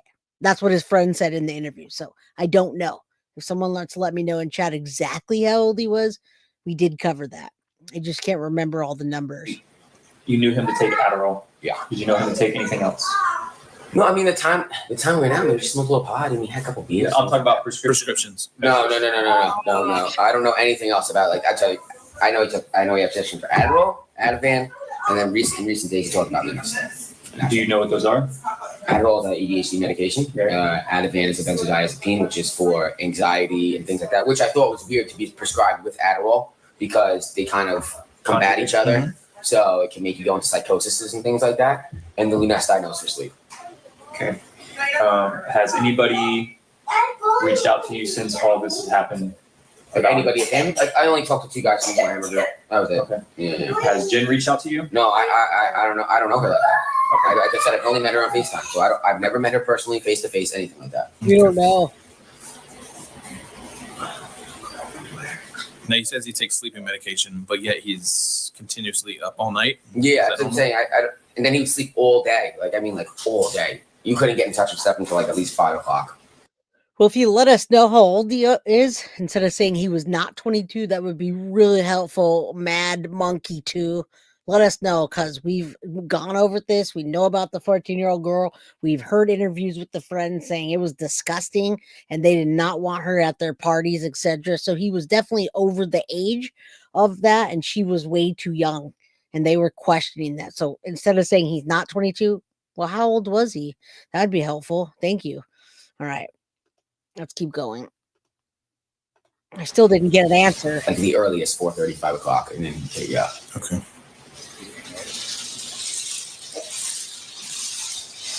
Okay.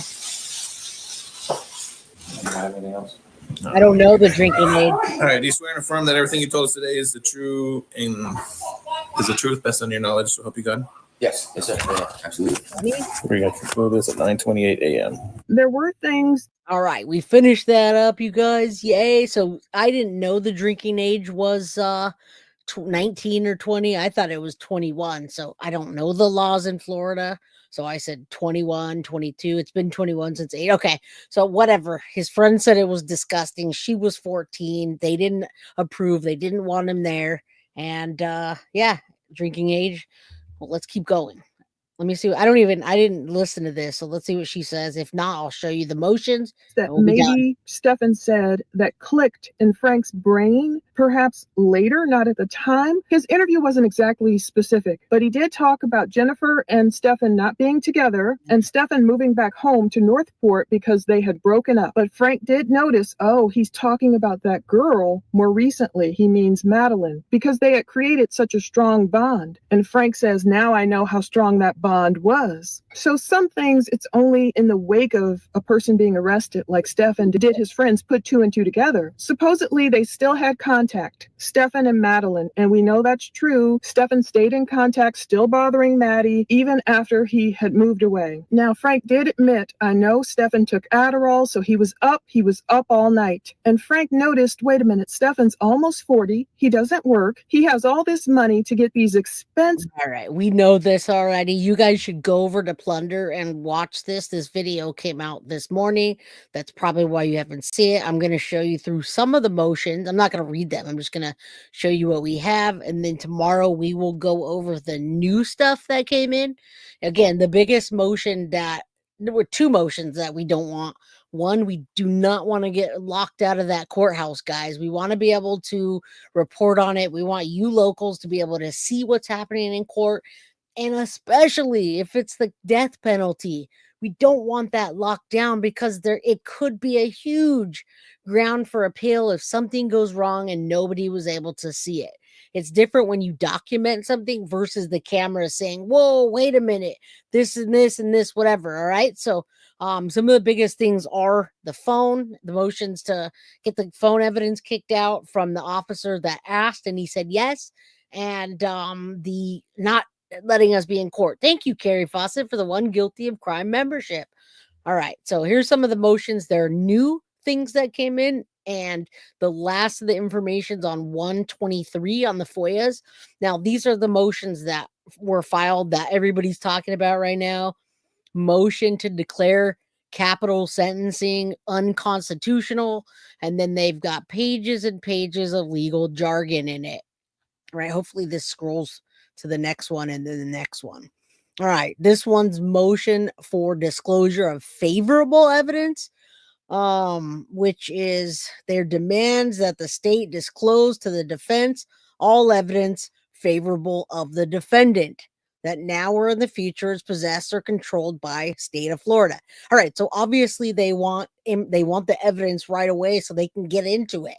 Favorable disclosure of evidence. All right, so a lot of legal jargon. I think Gavin may have gone over that in I think there was a 45-minute interview or maybe an hour that he went through each one. I don't feel like they're that important. I don't think that this is a motion that would not be denied or denied. It's nothing that's really that big of a deal. He'll probably say the judge will probably go for this motion. Now the one before it, I don't think that's going to work at all. I don't think they're going to be able to get this is going to be denied. Motion denied, declaring the capital punishment is unconstitutional. That's BS. You guys all know it's BS because Florida is the one state that puts people to death row, and they really pride themselves on it. So that one, that will probably go through just fine. We don't have to worry about that. And thank you again, Carrie, for gifting a membership. Let me know who got one. Yeah, 14 and 19 are a huge maturity, and I would get my shotgun out if my 14-year-old daughter brought home this 19-year-old guy that looked like him. All right. Either way, I'd be very upset. Good evening, Modi. How you doing, Maddie Mar? All right, let's keep going through this. I can just tell you. Okay, so disclosure of favorable evidence. The judge will probably say, yeah, do it. It's something that you should have already done. No big deal. Proposed jury questionnaire. Now, this is a little bit different because they're trying to give this jury questionnaire that's going to be really favorable to Stearns. So I don't know if they're going to just say, okay, go through it. It might be denied because they're getting really specific. And they would all they really want is to favor Stefan Stearns, favor Stefan Stearns, and block a bunch of stuff out from the jury, in my opinion. All right. Yeah, go get him. Go get him. Yeah, I'm in that mood today, you guys. I'm in a no-nonsense mood. Tell it how it is and how I feel. It's been a long week and it's only Tuesday, guys. Remember, we've got 5 or 6 people working in my house, cutting holes in the ceiling to put lights in, stuff falling all over, and the house just covered in plastic bags and stuff. So what's up, Faith and Repentance? How you doing? Good to see you. Hit the like, hashtag arrest Jen Soto. Yes. All right. So proposed jury questionnaire. Defendant Stephen Stearns, through undersigned counsel, submits the attached proposed jury questionnaire. And there it is. This questionnaire is designed to obtain information with respect your qualifications as you sit as a juror. By using the questionnaire, the process jury will be shortened. Okay, please write private next to the question, and then if you don't understand, write I do not understand. Okay, you know what? I hadn't even looked at this questionnaire, so let's look at it right now. Now, they did say that they were going to have these denied or put them through before the next pretrial hearing. All right. So what's up? Good to see you, Sharon, my Leo twin. How you feeling? You feeling feisty like me today, Sharon? I'm very feisty today. I'm like, no nonsense. All right. All right. So this questionnaire, let me pull myself down a little bit here. I want you guys to see that. I don't think there's anything in this that defense is just throwing poop at the wall and seeing what sticks, in my opinion. But let's look at the questionnaire anyway. All right, so they made their own questionnaire. They got a name, a juror number, male, female, date of birth, place, if they're a citizen, where do they live, how long have you lived there, marital status, married, not married, occupation, and then if they have children or not. That's an interesting one. And then youngest level of education complete. I mean, these are all pretty typical, except for I don't know about them knowing about each one of the children and what they do. I don't know if that's typical, you guys. If you guys, anybody practices law, is that typical to start bringing your kids' information, your kids' name and how old they are, education, if they're married, what they do? I don't know, man. I don't know if that's typical. I'd be a little bit hesitant about putting my kids' information all out there. I appreciate you, Angie. Thank you so much. So again, I don't know Florida, and but that one's the only one so far that strikes me as anything. All these other ones, degrees, are you employed? Yes or no, name of employer, pathology. Have you ever had any training or education in the following areas? Explain. Have you been convicted of a crime? I mean, these seem pretty typical. Health concerns. Have you ever had, they usually ask that about jurors if they've had experience. Are they the foreperson? If yes, did they reach a verdict? Yes. Are you related to? I mean, I don't see anything in here. Have you recently suffered a loss of a loved one?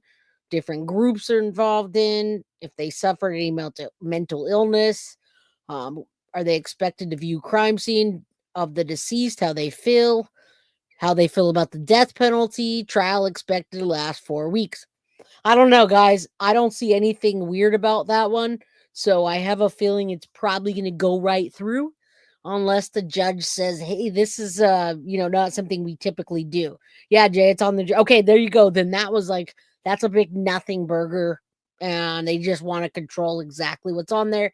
I don't see any objections from the prosecution on that one. I wouldn't really object to anything. You don't want to read too into it, but yeah, other than that, I don't think that is that's not a typical thing. Yeah, I just thought it was weird about the kids. I don't think they need to know that, but if the judge says okay, I guess so. All right, so you guys did look at it. I it's on the screen there. You can see. Let's go to the next one. And then the 14 with 19-year-old, it's still a whack grown up. Now, I gotta say, this is different in the 1960s, 1970s. 19, 20-year-old boys would be dating 14-year-old girls all day long, and it wouldn't be a big deal. They would get married off, but we're in 2025 now, and that is not okay. All right, I would not reveal. Yeah, exactly, beauty lover. That's the only thing that I'm like, I wouldn't really particularly want to answer. I'd be like, yeah, screw this. All right. So then there's another motion for disclosure of list of witnesses who testified before the grand jury again. I mean, I don't know if I think that's pretty typical. I don't see why. Now, you guys got to remember the grand jury people are the ones that even were able to bring this to trial. So once you go to a grand jury, if there's enough information, then it goes to trial. So they just want to know who the people were in that. Again, I don't know why. I'm not a lawyer, but I don't see a big problem with that. Unless it's a security problem, I think the judge is going to say, go for it. Who cares, right? Notice of provision of state supplemental witness list. Okay, they just asked for the witness list. Now they're asking for a supplemental witness list. which means through the undersigned attorney,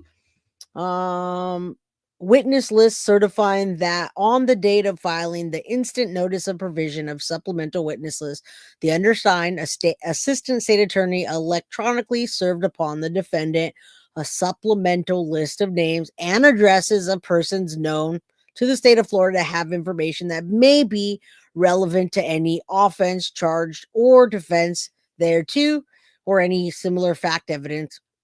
Again, this is just a supplemental to what they asked for before, so I don't think that would be a problem. Another motion, just a whole bunch of them, throw it at the wall. Motion for closure of all pretrial proceedings. I don't know about that. Why would they do that? Now, it says motion comes the defendant by and through undersigned counsel pursue the 5th, 6th, 8th, and 14th Amendment to grounds in support of the motion. Mr. Stearns is charged with multiple counts of SA on a child under 12. Child 12 to 15. He was 12 to 18, familial custodial authority, lewd or lascivious, and unlawful possession of CSAM by a child, 10 or more images. The case may be subject to unprecedented and highly prejudicial publicity. Yeah, absolutely. And then the majority state, Florida, outside of Florida, and even internationally, at every court proceeding, however minor or inconsequential, there has been extensive coverage by the press as well as social media, TikTok. Yeah, we're not argumenting that. So what are they trying to do here? Motion for closure. There it is. They want to close all pretrial proceedings, guys. So this is the one right here that you guys might not like, that I do not like. All right. So this is the one. They want to close all pretrial hearings. They want to close everything so none of you guys can go to the courthouse and see it. None of us sitting at home can stream it from Fox News or wherever. Okay. Sharon, I actually told my son he had to break up with his girlfriend when he turned 18. She was 16, and you can catch charges from that, Sharon. So you're absolutely right on that. What's up, Barb? Okay, so you guys do not want them to win this because we want to hear everything that happens in these, all right? And yeah, you definitely, this was a thing back in the day, you guys. All right, so that one we want out of here. Motions for special jury instruction. Now, this one is a stretch, you guys. They want these special jury instructions and they want these special stipulations that they come up with. So if there's enough reason for the prosecution to say this is ridiculous, this is not what we want to do, then they can get this thrown out. So yeah, it's called jailbait for a reason. Barb, we hate that too. We hate that too. All right, so this one again throwing at the wall, but let's see what they want. They want motion for special jury instructions regarding victim impact statements. This is BS, guys. This one I think is going to get thrown out. They want to limit or get rid of victim impact statements. So after let's say he gets prosecuted, you guys know the victim impact statements are maybe the mom, well, not in the mom in this case, but let's say Teresina wants to come in and say, you ruined my whole family's life. You messed Tyler up. He can't function anymore. He can't work. All he does is cry. And that's before he gets sentenced. Sentencing is either life in prison or the death penalty. If you don't hear that, you might not want to give him the death penalty. If you hear that, then you want to give the death penalty. They want those statements out of there. They don't want the family or anyone to say shit about that, you guys. They don't want, especially since Jen Soto is not going to be at the victim impact statements, they don't want anybody to be there. They don't want anybody to say anything about how Stephen Stearns ruined their life. All right, so he's charged with first-degree murder, and this is just that for that case. They want victim impact information is neither a statutory or non-statutory aggravating factor, nor is it a mitigating circumstance. However, Florida permits the presentation of victim impact information of a jury in the sentencing phase. Despite that fact, such information is wholly irrelevant to the findings the jury might make. And I think that's BS, guys. Should he be sentenced to life imprisonment without the possibility of parole is what I just said. So let's say the jury they have an option to go death penalty or life without the possibility of parole, and there are no victim impact statements, there's a better chance that he's going to get LWOP than he is going to get the death penalty. Now, if one of the family comes up and gives this impact statement that says you ruined my whole life, you got rid of our Maddie, and just completely like that Jeffrey Dahmer, well, I hate you, Dahmer, right? real nice impact statements, then they might just pass on the death penalty. All right. So I don't think they should ever do that. I think that's ridiculous. All right. I think every victim should get a chance to say something. So they're saying it's going to affect and it will affect whether he gets death penalty or life without parole. Screw him. All right. So the first line of paragraph may confuse the jury and suggest that the state has proven an aggravating factor and thus why victim impact statements are being presented. BS. Next. That one's thrown out of here. All right. Motion to preclude use of term evidence when referring to victim impact statements. So now they're going for the victim impact statements again.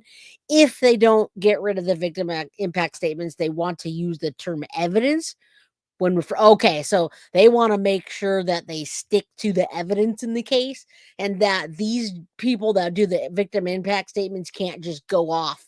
Yeah, they can't just go off and start saying things that the jury doesn't know about. And I hate when they do that, you guys. I absolutely hate when they limit victims to be able to say certain things. I think that's bullshit. Jay, answer your question. They're at a house party when Kendall and they realized how young she was. Thank you. But how old was he? 19? I just knew they were out drinking or something. So a house party makes more sense. Let's just go right to the death penalty. I agree. Yeah, justice for Maddie. Okay, I think this is another bullshit. They're trying to limit the language, and I don't think that's right. I think what they did to him, that's why they call it impact. I've heard the judge limit them before, you guys. I'm going to tell you. I've heard them limit victim impact statements, and it's so effing sad. It's sad because every time something comes out of their mouth to talk about the victim, the judge shuts them up and says, oh, no, you can't say that. You got to stick to that. Well, how can you stick to something when you're pissed off and you want to get it out there? It doesn't make sense. All right, a lot of the friends, they were in high school and they talked about those house parties. Okay, so 18, 19, maybe 18. All right. Okay. So it was far off enough for people to be icked out by it. All right. Motion to declare Florida statute unconstitutional. BS. Get that out of here. That's bullshit. They're saying lack of adequate appellate review. So Florida statute unconstitutional for BS. And they've got more. Number one, Stearns is charged with indictment, first degree. To be constitutional, death penalty must provide an adequate appellate review. Well, I'm sure it's going to do that, and I'm sure they're going to take care of that. So get out of here. This is, again, unconstitutional, and it's very unconstitutional in the way that Stephen Stearns took Maddie's life after he abused her for years and years. So they go on and on and on in this one. Again, there's 21 pages, guys. If you really want to know all the information in there, I dumped these into my, I put those in my, Patreon. I believe I did. If I didn't, I can dump them in there. Also, Gavin did a review of the motions. So let me do this. Let me say, you guys, hit that like button. Subscribe if you haven't. Get a membership if you can. Tomorrow, we're going to go over more things that are coming out from the end of January, from the jailhouse, from the calls, from the money logs. And you're going to be surprised when you find out who is putting money. Yeah, they're delusional. Absolutely. But thank you guys. I hear some people saying it's hard to keep up with the show. And I hope it's hard to keep up with the show because I pack so much damn information. We jump from this to this to this to finding out about, I don't just stick to one topic and then dwell on that for 2 hours, right? We have lots of topics and lots of information to take away. So I hope I'm doing my job. You guys are here doing your job and supporting me. Thank you so much. We're almost at 2 hours. I love you. Please make sure you mark the notification to be here tomorrow, 4 p.m., 7 p.m. Eastern. Let's make a poll. How many people think Jen will admit herself in a psych ward when trial starts? She doesn't have to show up. I firmly believe she will. Very interesting. I can do that. I can definitely put a poll up, you guys. All right, Nancy Jean, thank you for the $3.99 super sticker. I appreciate you so much. I put the locks of love up, you guys. And let's go. I'll see you back tomorrow, 4 p.m., 7 p.m. Thank you, guys. Peace out. Guilty of crime. I want to thank you for watching. If you enjoyed my content, please share this video, like, and subscribe. You can also follow me over at Facebook, Instagram, TikTok, X, or Gmail. If you'd like to donate to my channel, you can use Cash App or Venmo or PayPal. Thank you very much in advance. Guilty of crime. Are you guilty of crime?